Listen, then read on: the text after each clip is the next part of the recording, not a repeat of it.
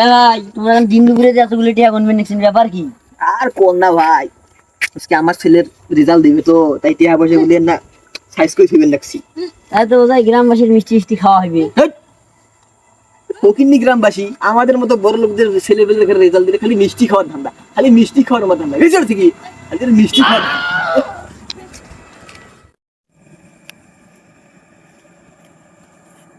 আব্বা, হ্যাঁ বাবা। আমি তো ফেল করছি।